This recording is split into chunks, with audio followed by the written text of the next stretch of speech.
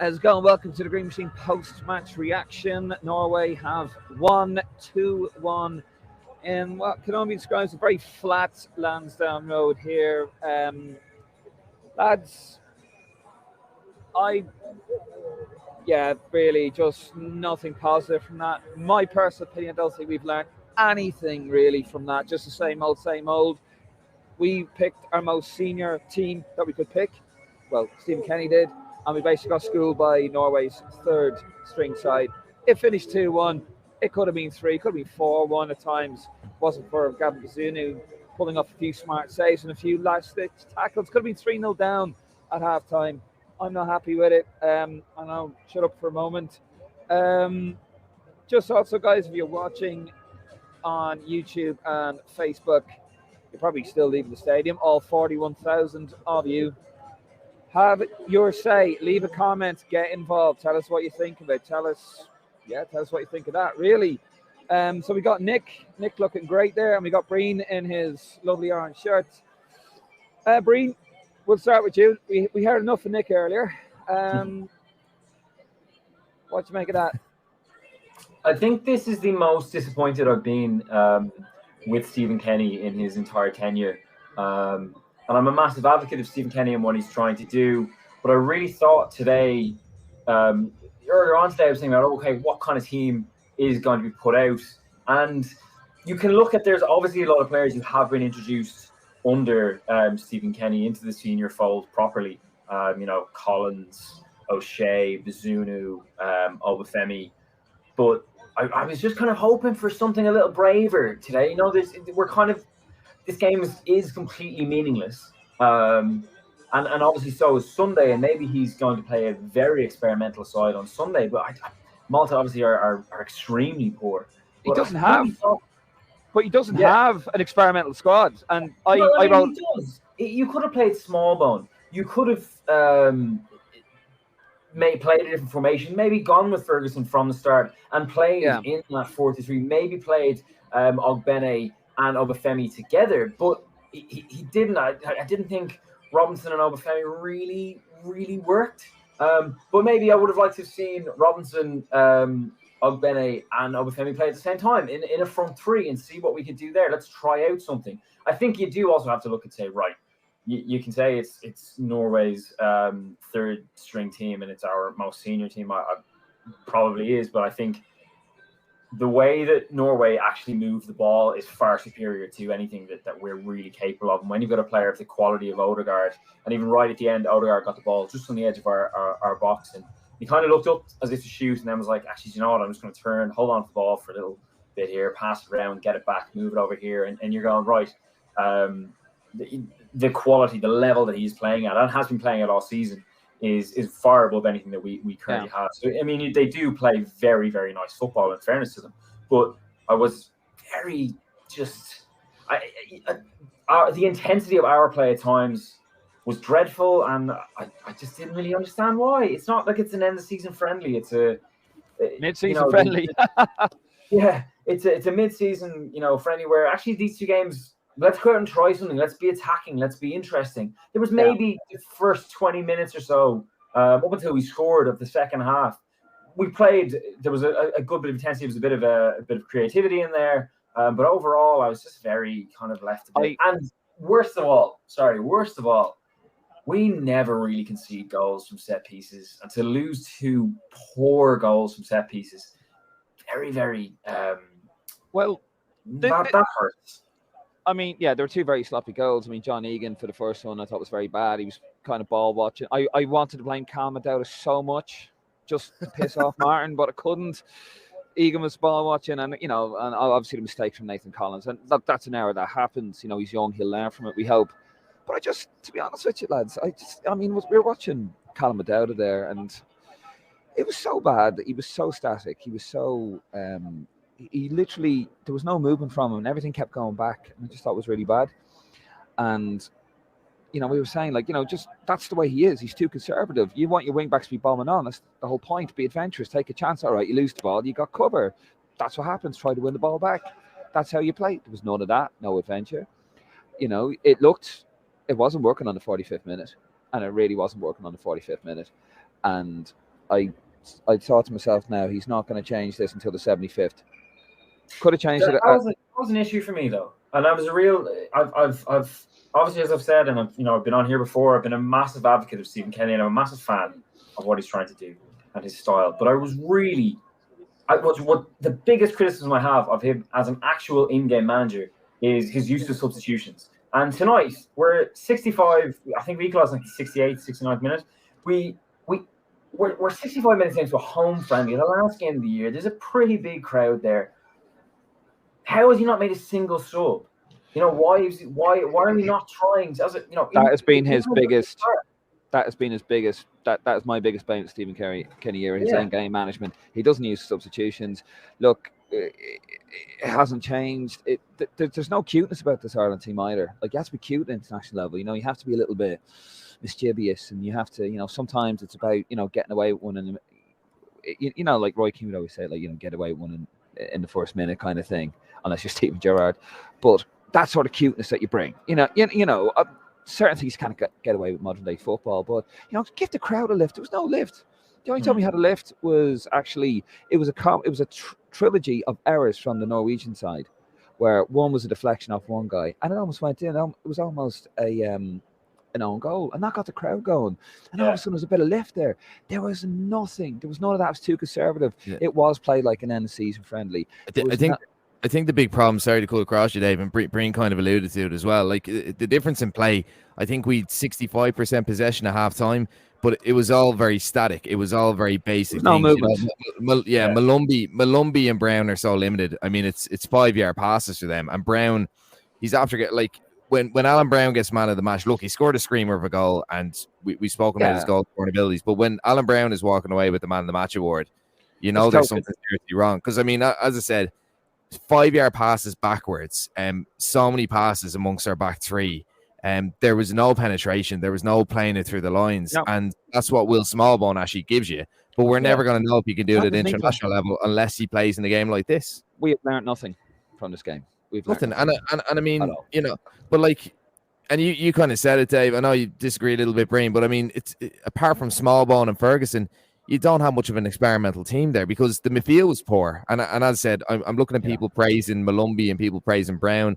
They were doing the basics. They were overhitting passes. They were doing stupid things, and they're still getting praised. We have to move away from that. We have to look at midfielders who can penetrate the lines and who can play an international kind of level. But at the moment, we just have static players. That's not Jason Malumbi's job. Malumbi's not that kind of player. No, Malumbi is a bit of a kind of break it down in the midfield kind of player, and he does that to a certain degree, probably the level that we are actually at the moment. But now Malumbi's excellent. I thought he was a bit headless tonight again.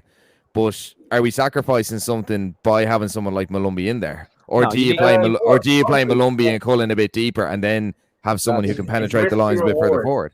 It's risk-free reward in there because if you take Malumbi out and you only play Cullen there, and Cullen is probably capable of doing it himself, he probably is. But are we left exposed in certain other areas because we're playing wing backs and then there's more space for? Was this not the game to see if that was a risk or a reward?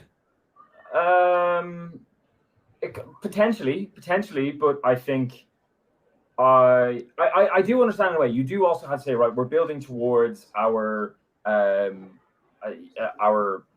Euros campaign, and I think that the back three as it is as such with Collins, Egan, and O'Shea, that's probably going to be your first choice back three. Yeah. And then in the midfield holding two that we're likely going to play, it is going to be Malumbi and Cullen. So you want to get them playing together, and that is totally fine. But then you need someone. And my daughter, if you follow me on Instagram, you see that I was slating Alan Brown halftime, and he went to score it, and I'm taking full credit for that. That is down to me. You're welcome. But if you're going to play that, you then have to have someone ahead of that, those who is capable of playing those passes. Yeah. A Houlihan type, obviously, in an ideal world, we'd have someone like that. But you really, really need Smallbone. I'm so surprised that Smallbone didn't play at least 30 minutes. Playing regularly in something. I want to read something from you. This is in today's program, manager's message. Got the program right here, okay? And here's the manager's message. And the reason why I bring this up here, He mentions, we've built this team with the ultimate ambition to qualify for the European Championships in Germany. Before that, sorry, he says, it's a team where every player is comfortable in possession in every area of the pitch. A team he's built over 2 years. It has speed in attacking areas with real cutting edge and has shown the capacity to score goals. Even though we've had several injuries, we've strived to build a squad with depth to cope with such scenarios. He hasn't. The game against Scotland could have gone anyway. It was pulsating. It was end to end. If Troy Power takes his chances, we're 2-1 up and we're out of sight. We're going to give him another hiding. It was just a great game of football. There's nothing wrong with our best 11. They work well. Cullen, Malumbi, Knight. You've got the energy. You got the God and craft in there, to quote Eamon Dunphy. You've got the calmness of Cullen. That's perfect. But what you need is, as we saw against Armenia, when one of those go out, you bring in someone like Jeff Hendrick, it all goes to shit. That's the problem. And that's why I thought he should have experimented. If we went out there with a young team and lost this game 2-1, no bat an eyelid. You go, you know what? It's experimental fair play. Yeah. Hasn't done that. He's played his most senior team and he's been schooled. He has not. We do not have strength and depth. He thinks he does. We don't. We really don't. It's out. I think against Armenia it showed that we don't have strength and depth because Cullen was suspended. Yeah. And Malumbi went and held, and they had to whip him off because he should have been red carded. And I mean, and I know I keep coming back to it, but the midfield, I mean, it's a seriously glaring issue. You know, it really is. And the thing is as well, and I know, geez, he's after scoring a screamer, and I'm slating him, but the fact that Alan Brown has scored that goal, it's probably going to play him into contention to start in this campaign. Definitely at the start of the campaign, when it really shouldn't. Because he's a squad player. Listen, as I said, he could be a squad player. I don't think he's good enough to play for Ireland. I don't think he's a particularly good player. But with all due respect to him, he has been scoring for Ireland lately. So he does have a knack of picking up a goal. I'm thinking Scotland at home, he scored. Yeah, but off the bench, I think. I mean, he scored against Belgium, didn't he? He scored a great goal against Belgium, and I think he's one of these players that we have to realise he does get goals from midfield. We don't have many lads who he is an impact player, but over 90 minutes, I mean, there was one pass. It was just a simple tap down from a throw in, and he's after pelting it out of play into Rose Ed. Do you know what our problem is? So I mean, like it's important to have lads who can get goals. That's the ultimate thing of the team. But I mean, he's given. But like as I said, he'll do something like score that absolute screamer, and then he'll come on against the likes of Scotland and throw himself hands first, in the box to give a penalty away. I mean, he actually gave away the free kick that led to the goal. So Declan here, by the way. Well, Declan. So, you know, we have to realize that about Brown. Like, as I said, he does have those qualities. He does have those goal scoring qualities. But as a midfielder, over 90 minutes, doing the nitty gritty and bits and pieces like that, he is not good enough. And it is a thing where, yes, 10 minutes ago, coming off the bench, getting into those attacking positions, Alan Brown is perfect, and he does have that place in the squad. But I'm just afraid he scored this goal. Kenny Cunningham gave him man of the match somehow. It's kind of like the RT, if you score, you get man of the match. It's simple as that. I think it would be very hard to pick him out of the match. Other than that, but the point I'm making is, I just hope Kenny sees past, you know, the stats and that kind of thing, and he kind of says, well, no, his role shouldn't be as a starter, because I mean, as you said, Dave, like Knight, he can penetrate the lines. Yeah, we should have found out tonight as small bone can. So you can see the midfield is the glaring issue. When Norway were experimenting completely tonight. You know, they used this friendly to experiment. They took off half their midfield that was dominating the game, and as soon as they did that, they conceded, but it didn't bother them. They made more subs. You know, so exactly by choice, though. They made three subs. They made three. They had made their second and third substitution. We hadn't even brought on one. Look, I mean, I think their actual going out team was based on them having a lot of players out. So it wasn't ideal, obviously, for them either. They've come out with the results. So. I think there's a real danger as well, I think, with Stephen Kenny's Ireland. I think, you know how a manager sort of gets an idea into his head and can't get away from it. You know, you see it at club level. I think with him, he's so worried about being labelled a long ball British style team. He wants that, you know, scored a perfect goal, 4 million passes. Sometimes at international level, it is just a punt over the top. It is what Alan Brown did. You just put your fucking foot through it. There's no purpose to these passes. No, it looked nice, but I mean, it was just going back and forth. Like even here with without doubt, it was just back and forth. 6% possession, and we did nothing with it. Liverpool play long ball. Yeah, but I think you know, there's a difference between playing long ball and playing direct and playing a long pass. But I think the issue what I found and what we're kind of getting at and overall is that we do end up passing it amongst the back five into the midfield holding two and then back again, because other opposition sides are set up to defend very well. They're very well organized. But when we're trying to get it out of there, we don't have that player who can play on the half turn and then can then move the ball on and progress it. That's what Houlihan was so great at throughout his career, and we didn't see enough of playing for Ireland because we didn't play that system enough. Whereas you're looking for the player who I suppose was playing in Alan Brown's position tonight to be that link between the ball transitioning from your defense into attack. And maybe Smallbone in the games I've seen Smallbone play, he does look like that type of player. I've seen, Conor Ronan is a great example of one of those players, and maybe he'll get a run and be able to break through into the next whatever's next for him in his career, and he will make the Ireland senior squad. But those are two players that we desperately need, and whether it is Smallbone or whether it is Conor Ronan or someone else coming through, what's the kid at Brighton, not Ferguson, the other one. Moran, Andrew Moran. Yeah, Moran. Andrew Moran looks like that kind of player as well. So we're not, like, the thing is, right? Yeah, okay, it wasn't great tonight, and at times, but there is something being built. We're not that far away. It just needs to really ramp up a bit and have one of those players that we currently are really missing. That I think the starting 11 is fine with it, just a bit more gelling. We need strength and depth there to do the same job that Cullen, Knight and Malumbi does in the engine room. We need players that can replicate that adequately. We don't have that. Harahan can't do it. 2-stage when we saw it against Armenia. Hendrick can't do it. 2-inch passes. Brown can't do it, headless chicken, but he is somebody who can come off when it's gone wrong, and will go wrong. That's what football's about. He's a plan B. Fine. We needed impetus. We needed energy. We had none of that tonight, and I just don't think. I'm a big fan of Stephen Kenny. I am. I've taken absolute flack over it, but I have to call it as I see it, and he's not learning. He has to go back to make terrible mistakes in his first go as Ireland manager in the first campaign, but he learned his in-game management. He did, he kept the likes of Cascarino and Lionel Quinn after alienating the likes of Paul McGrath, and although he learned on the job, there's certain things he's not learning with here. This substitution-wise, it's parallels with Brian Kerr at the moment. His subs aren't great. No, so I totally bad. think his subs aren't great, but I think you have to take into context of Stephen Kenny. I think probably won't be the man to take Ireland to an international tournament. Probably won't be. But whoever does come in after Stephen Kenny is going to find a much better off 100%. Yeah, 100%. Than he inherited, or McCarthy inherited before that, or 100%. O'Neill and Keane inherited before that. This is the thing. I've been saying it consistently now for about 2-3 years. This is short-term pain for long-term gain. I think a maybe more experienced, higher quality manager could come in after the 2024 campaign, and we'll be looking and go, oh, actually, there's a lot of really great young players to work with here who are playing very good football at a decent level. Not this kind of coming in as a Trapattoni going like, no, they're not good, so we'll play one way and that's it.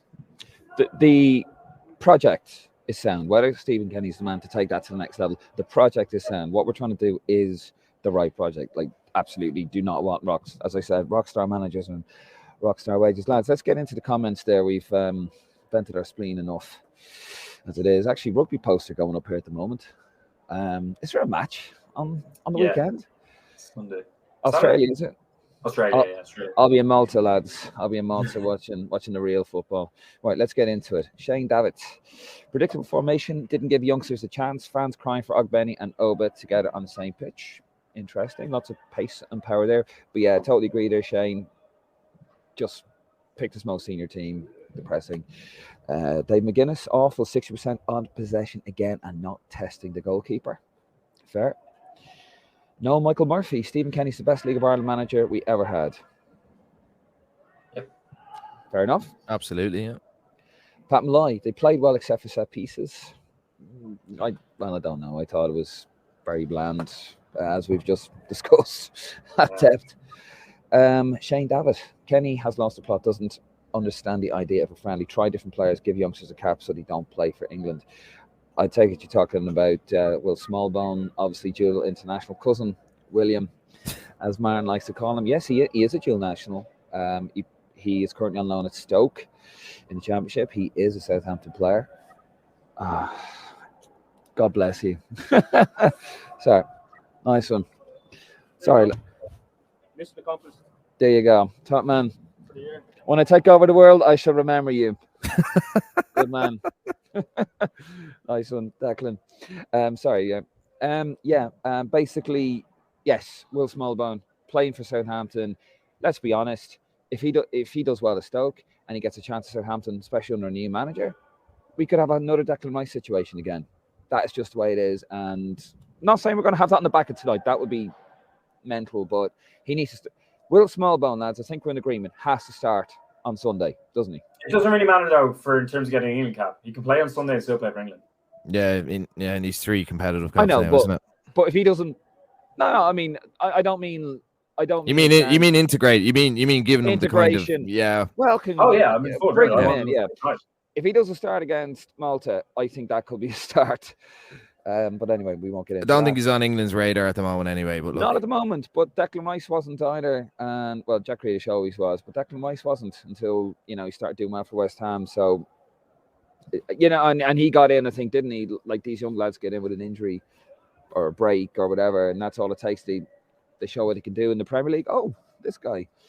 Anyway, Brian Wilson. How you doing, Brian? Norway is a team who are probably at our level or slightly above it. So this game could have gone either way, but we keep giving away easy enough goals. Can't turn up for 20 minutes after half-time, expect to get a result. That's true, Brian makes a very salient point there. We seem to have these spells, and I've heard it a few times now, we seem to have these spells, don't we, where we play well for 20, 30 minutes. You got to play for, all right, maybe you can't play for 90 minutes. You've got to be playing for like 70, 80 minutes, really, haven't you, to see out a game. And that's another thing, lads, I noticed. Today, we started off like a team that was 2-0 up. Just knocking it back. We need to be playing like a team that's 1-0 or 2-0 down. You have to play with purpose, and we weren't. We didn't play with any purpose. We were lethargic all day, but I do disagree with Brian's point there that Norway are on the same level or slightly above us. Much slicker team. Yeah. Like I know one of them wasn't playing, but they've got 2 world-class players. They're far above us. They're far above us. You leave Brian alone. They two lads starting tonight, probably more that I'm missing, but Ostergaard, who scored, plays in the Champions League, played against Liverpool only a few weeks ago, didn't he? And Odegaard is top of the Premier League. He's playing, he's playing European football as well. So no, they're a much slicker unit. They're a lot better than us. They're a much higher level, unfortunately. Patrick Darby, Malta will beat us. Don't worry, lads. They nearly beat Greece tonight. Oh, Jesus, don't be saying that. The Greece are dreadful, by the way. I wouldn't read too much of that. Malta are absolutely. Bit of a Greek tragedy, eh? Hey, Dave McGuinness again. No doubt excuse to be prepared and readiness for his chat with Tony. Haven't heard it yet, David, but when we get it, we will put it up on the page. We'll nick it from RT. I paid my license fee. Well, one of you lads. Tony's in Qatar. Oh, that's right. Yeah. Yeah, I can't remember his name, but yeah, someone's stepping in. Yeah. The other fella, yeah. No, George, is it? Kind of boring, lad. Yeah. Covers everything. Oh. Not George. George is not boring. No, not George. We love George. We do. He's an absolute gentleman. And Brían loves George. I do love George. Yeah. I like George. Wesley Ryan. He has got to be the worst manager we've ever had by game statistics. Close the door on your way out. For fuck's sakes, enough is enough. Moving on. Nonsense. No. Okay. Paul Cullerton, 75 minutes to make the first substitution. Way too late. Absolutely spot on. I said it. Spot on. It wasn't working. It wasn't working. It wasn't working at halftime. Okay, maybe halftime might be a bit insulting. You don't want to crush the lad's confidence. 60 minutes is to play 45 minutes, isn't it? Normally football, and he didn't do it. And I was saying he will make a substitution on the 70th to 75th minute, and actually, Paul, it was the 73rd minute. But that's semantics. Yeah. Can I jump in really quickly? I mean, I think he wanted to use this fixture particularly to prepare for France, and there's a couple of reasons why that was wrong. Norway were making changes. They were disrupting their own fluidity, and it essentially became their third team. So he's wasted that opportunity to prepare for France. What he should have done was experiment, and to make substitutions on the 75th minute is just wrong. So it's going to teach him nothing or prepare him in no way for France. Well, I agree with Nick. I do agree with that wider point, but I think as a manager, you do have to make a decision on, okay, I wanted to try this and do it to prepare for this way. And if you go and win the game, no one says a word. But if you lose in the manner you do, suddenly it's, well, why did you do this and why did you do that? So, I mean, I think Stephen Kenny's making these decisions in good faith, but I think we're able to sit here and go, yeah. I personally would have liked to see something a little bit different, but I can understand why he has done that. It just, I can, but I think he's naive to think that Norway are going to play their best. First of all, have a best available 11, and then not make a plethora of substitutions to kind of disrupt and dilute the game. It's not going to happen against France. Let's move it on, lads. The Chipper is waiting for Davey. Dave McGuinness, Norway, BC team 6 subs. They carved us up at times. Absolutely, they did. Could have been 3-0 up. A few smart saves from Bazunu. It was quite poor at times, actually. Not only Michael Murphy, Trapattoni's looking for a job. Don't you start that? Paul Culleton, we look so easy to score against from set pieces. Just put the ball into the box and we'll end up in the back of the net. It kind of felt that way today, Paul. Absolutely. A few salient points coming through there. Dave McGuinness, Callum O'Dowda, what's the point? Oh, Martin. I wish Martin was on. But kind of agree with you there, David, actually. Brian Wilson, friendly caps don't stop players play for England or anyone else. No. Obviously, that's going back on the point earlier. I don't mean that. I just mean in terms of, we want him to be included. And as Nick said, integration. We want this lad. I mean, you mean to tell me he was going to do any worse than what we saw there? I don't think so. Robbie Egan, Ireland have to be much better when he starts qualifiers, when he play France, Netherlands, and more for 2024 in Germany. 100%. Massive improvement needed, Robbie. Alan, Peter, Michael Moore. The reason we're doing this, people will berate Kenny, but they won't go after the people pulling huge wages that appointed Kenny. Until that happens, we're in the wilderness. Alan, welcome to the a big fan of Lansdowne Road, one of my very early followers. Don't think I've seen you on the podcast, so welcome. Well, yeah, I mean, if you want to, Eamon Dunphy had a right go with the FAI today in the Star, so have a read of that. Dave McGuinness, 2 goals from set pieces, not creating chances. What did he actually work on in camps? Actually, they're working on it over there. Dennis Grinnell, I think Kenny has taken us as far as he is capable of. We've hit our ceiling and will not get any better. A pointless friendly, and he brings on Hendrick instead of blooding new talent like Smallbone. Yep, I agree with that. This was Norway's second string side, and we were at our best. Dark, flat days ahead. Totally get your point there with Hendrick. Bring on Smallbone. Evan Ferguson, by the way, made his debut today. Great for the lad. Remember when he was 15 when he played for Bose, wasn't he, in the League of Ireland? 14, sorry. 14, yeah, I was 14. Big lad. He's a big unit. He's very skillful as well, actually. The Irish Haaland. The Irish Haaland. I won't stop. Paul Culleton, delighted for Evan Ferguson to make a senior debut, but giving him a few minutes at the end of the game is disappointing. Will Kenny have brought on Ferguson if Norway did not score the late goal? Possibly. Probably not, to be honest. I think it's good. I think it's fine timing. Yeah, I think it's fine timing for Ferguson. Ferguson hasn't played any first team football this season, so I think timing wise it's fine. I think it's fine, to be fair. That's true. Well, he scored in the Crown Cup or whatever it's called now. He did play in the League Cup. He got an assist in the goal. Yeah. And so it gets a very lower league. I just remember seeing some crappy stadium. That was the one. Right. Anyway, let's fly through the last few comments there, lads. Kenny knows, Paul J. Franklin. Kenny knows he's gone. Body language at Ensted. I don't think he's gone. I mean, unless we get a high. He'll be here. He's not going to. If he's going to leave, it's not going to be before the Euros campaign is over. No, absolutely not. He'll get the Euros campaign unless we get like a 5-2 mauling, something like. It would be. I actually think it would be counterproductive to change the manager. Yeah. No matter how bad things are going, I don't think it would be productive to change him in the middle. Yeah, absolutely. Who's going to come in? Who's going to come in? Like, absolutely. Unless we lose to Gibraltar, that's the only thing. Yeah. Paul Culleton, cheers for the show, lads. Thank you, Paul. Shane David.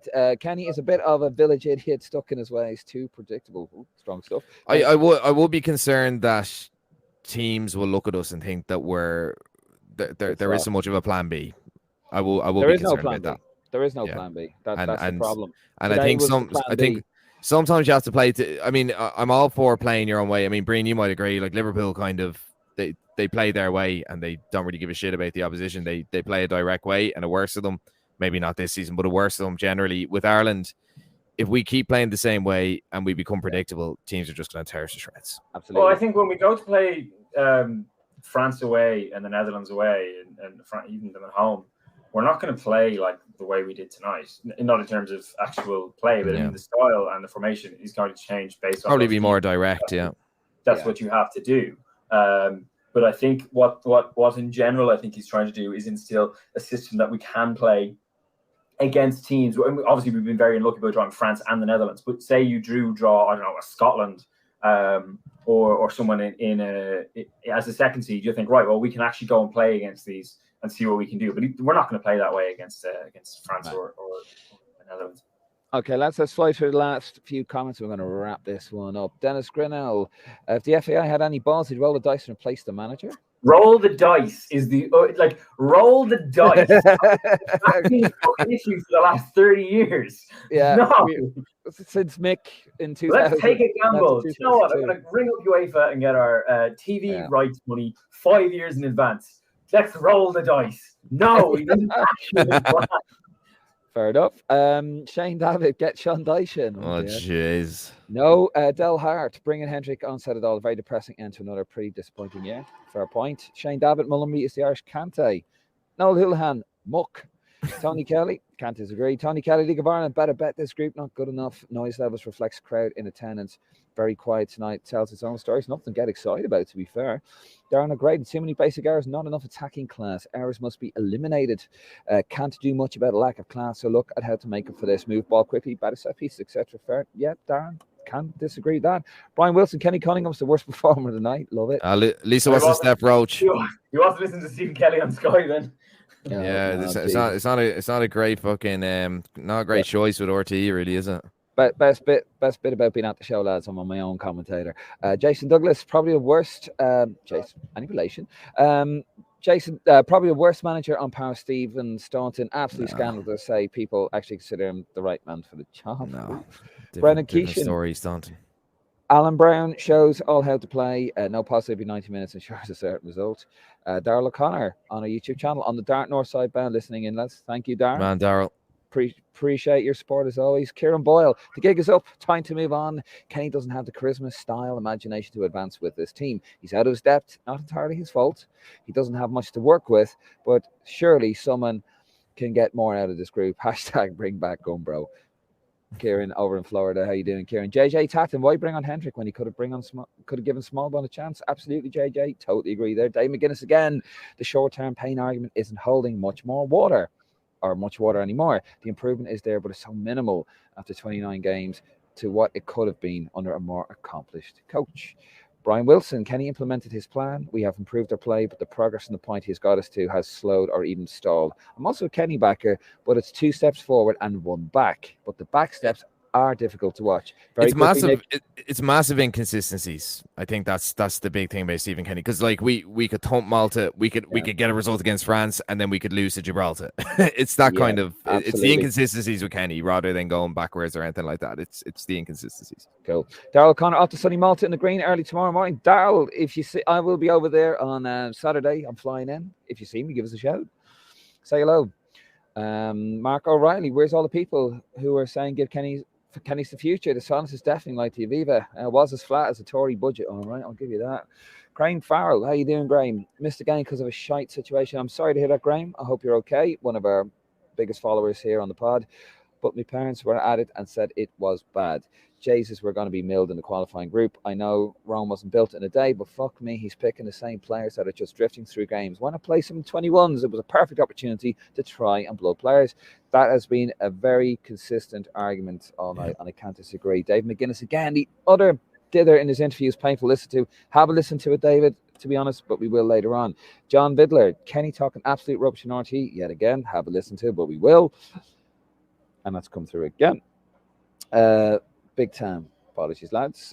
Graham Farrell, by the way, has Nick got bad acne? Why the black screen? No, just bad technical skills. Technology skills, should we say. Can't get his camera working. I support Portugal now, so I'm banned. So, yeah, you are banned, actually. Brian Wilson is a fan of that lovely orange shirt. That orange shirt on Brían is quality. It is actually very underrated. You should give him your number, Brían. I should, yeah. Actually bought it somewhere online. I was like, hey, 30 quid. What was a guy? Was a guy on Twitter that sells Jared? No, never mind. Dave McGuinness, you're convinced changing the manager isn't a thing to do, but it's clearly gone as far as it can. What's the point in staying with Kenny? Do you want to answer that very quickly, Brían? Yes. Shut up. No, the point is, right? No, look, don't speak to the thing is, that. You can bring someone in, and you can go out and you could find, I don't know, some Portuguese manager, for argument's sake, and he comes in and he we're gonna play like this.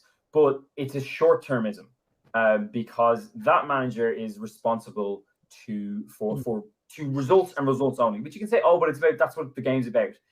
It is in an ideal world. We need to really reflect on how low Irish football has actually sunk. How the production line shored up. Even English-born players playing at a very good level didn't want to come and play for us. So what we're trying to do is build this base. This real base that, someone will probably come in after Kenny and probably do far better than Stephen Kenny, but will have the benefit of the work that Stephen Kenny has done. That is what is happening here. That's what's going to have to happen for the next year. And then in a year's time, listen, I don't think we'll qualify for the Euros from the group stages. We might get a playoff place through the Nations League, through other teams qualifying. But I think regardless, what if Stephen Kenny is still the manager in March 2024, or we've obviously done pretty well for him to get there, but if he isn't, whoever comes in next will be in such a better position because of the decisions that Stephen Kenny has made. And that's what has to happen here. I'm really sorry that you're watching Ireland games and it's not the most exciting thing. Actually, Ireland for the most part in the last while have been quite exciting to watch because they've been kind of inconsistent. But it's maybe not the kind of 2002 team. But that's not what we're comparing this team to. We're comparing it to the last 10 years, which at times has been absolute dross, dribble and short-termism. Let's move it on, lads. I want to finish this up. James Kieran, and people say we're playing better football and it's easier to watch. It is easier to watch. It is easier to watch. Ireland pass the ball to each other. It's amazing. I think people have to remember 2018 under Martin O'Neill. Anyone remember that? It was like can I use my kind of description of it? It was like watching a burst football flowing down a littered stream. There you go. And there's a lot of Northern Ireland game. Remember we drew 0-0 at home to Northern Ireland, and it was one of the worst experiences of my life. Not football match, worst experience of my entire life. It was like being a mass as a kid. It's like being a mass as a kid. Couldn't get away from it. Mike John, we must accept we don't have the players. I disagree with that. I think we all do. We do. They're just very young and very raw. Sebastian Knowlton, team looked like they had been smoking weed tonight with this management. Who could blame them? Ooh. James Kieran, we're getting results in dead rubbers and meaningless games. As Haman said in RT, it's rubbish and has been since Kenny day one. Brian Farrell, a Ronaldo follower. James Kieran, build a base. What base? He hasn't even dug a hole. Never mind, build a base. He's done. Okay, no, we'll just respond to that there. Very quickly, Brían. I want to go home. O'Shea, Ferguson tonight, Obafemi. God, I could go on and on. Cullen, Malumbi, all of these players have been blooded in which didn't happen. Every player was making their debut for Ireland between 2013 and last year was like 27. Yeah. Spot on, yeah. Okay. Dave McGuinness, I appreciate that. How do you know the next manager will be short term? That's pure guesswork. You haven't answered the point I made. Oh, geez, I'm not getting fucking out of here tonight, lads. You haven't answered the point I made with Kenny having taken it as far as he can. Why leave the team with a standstill when someone could take it forward from now? Well, I think that's kind of what we're saying, David, is that probably after the Euros, he might go and then someone might step in and just take it up. It's the project. The project is the main thing here. It doesn't matter who takes over. In my opinion, I think it's just a project. It's sound. It's all sound. It's an Irish football product. It's not an Irish senior team product. Yeah. 300 plus passes per half in our own half isn't that great to watch. No, that's a fair point. James Kiernan, I remember Martin O'Neill. I remember being in Paris, drawing with Sweden and beating Italy and holding our own against France. Do you also remember the 0-0 with the 5-1 with Denmark and the 4-1 against Wales and falling out with Declan Rice and falling also out if those years and everything was so rosy and great, we wouldn't be sitting here now having this conversation. Ireland would be in a far different Irish football would be in a far different position. But the point was that team was, in fairness to Martin O'Neill, the football at times was awful to watch, but they were an extremely solid unit who ground out results. But it was never that great. And realistically, Irish football, it was putting plasters over chasms. Like that's what was happening. Totally agree with that. Lads, we're going to wrap it up there. Thank you, Brían. Thank you so much. I actually really enjoyed this tonight. And guys, listen, if you're out there, we thank you for your comments, David, and all you guys, and James. And listen, we might not agree, but that's what it's about, isn't it? That's what Green Machine Podcast is about. We don't have the same opinions, but we are happy to discuss those and, and get them out there and annoy Brían, who is our answer to Bob Geldof. Right, the last comment of the night. True, dislike Martin O'Neill's a person, but he dragged results from poor enough team. Cheers, that's great stuff. Not a brother, James. And that's what it's about, lads. We're here to have a chat. We're here to boil each other's piss. And that's what we do. That's what Irish football's about. And that's what Green Machine's about. Anyway, where am I going with this? I will be in Malta on Saturday. If you see me, I will be filming, doing bits and pieces. Give us a shout. Will we be the only fan channel in Malta? I don't know, lads. Just saying. Just put it out there. It'll be the best one anyway. Oh, bitchy, I love it. We really have our ass on fire here. It's great stuff. But listen, if you see me around Malta, give us a shout, unless you want to swing for me, then please don't. I do have a gorgeous face. I would like to keep it like that. Anyway, lads, thank you very much. Safe home if you're on your way home to Dart and all that. Get home safe, lads.